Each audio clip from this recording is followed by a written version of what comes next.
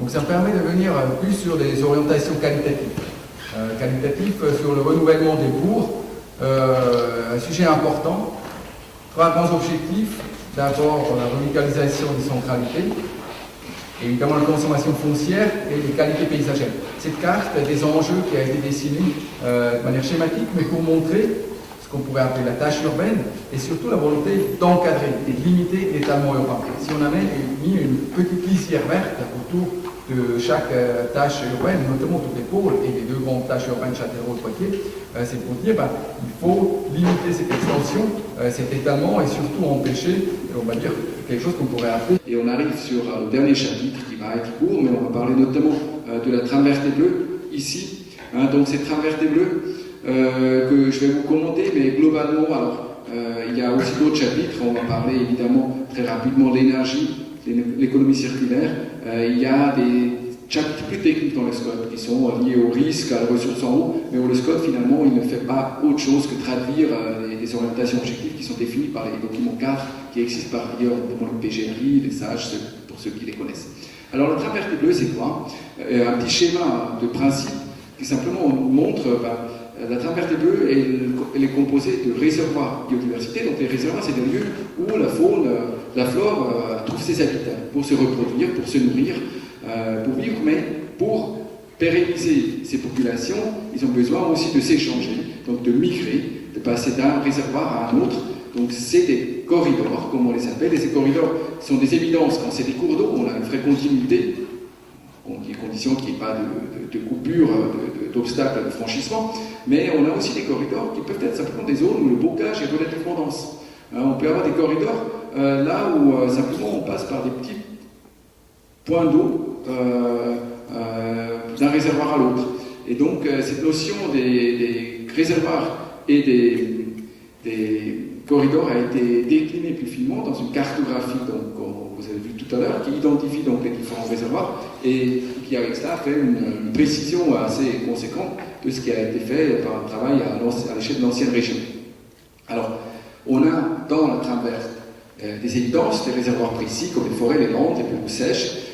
Il y a aussi un travail sur les cavités souterraines. On a ensuite ce qu'on a appelé des réservoirs matriciels ou diffus, qui sont le bocage, voilà, c'est des vastes zones où on a du bocage un peu plus dense, ou les plaines agricoles. Alors on va bien dans ces réservoirs matriciels, on ne va pas tout sanctuariser, c'est pas possible, mais il y a une vigilance à avoir sur le développement. On a aussi donc défini un principe de zone de vigilance, de périmètre de vigilance dans le SCOT, c'est une de ses originalités.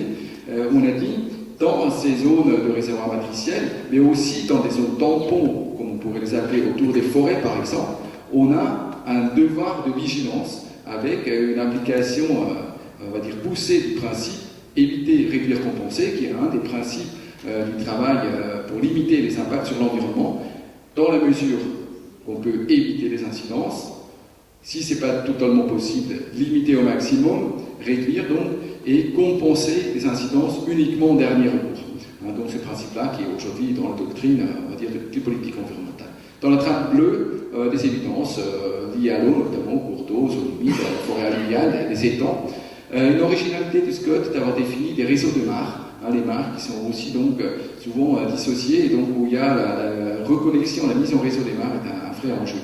Et donc évidemment les petits cours d'eau également. Et la dernière diapo, pour quand même revenir sur les enjeux énergétiques, où le SCOT insiste notamment sur l'enjeu de tout ce qui est énergie, on va dire solaire, thermique ou photovoltaïque, où il y a une priorité qui est donnée clairement à l'implantation d'installations dans les toitures sur le sol. On n'est pas une interdiction totale, mais on encadre dans le SCOT avec des conditions assez précises le développement de parcs photovoltaïques au sol pour éviter que ce soit une trop forte concurrence, notamment pour les milieux naturels ou l'agriculture. Sur le grand éolien, le SCOT, quelque part, on peut utiliser son joker.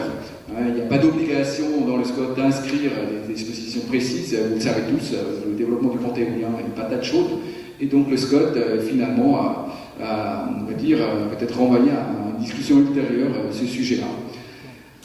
Et enfin, donc, des dispositions sur questions liées au risque d'inondation.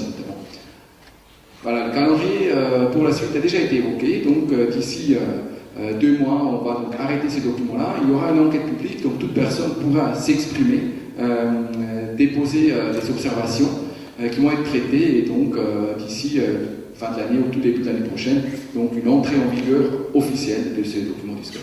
Je vous remercie de votre attention.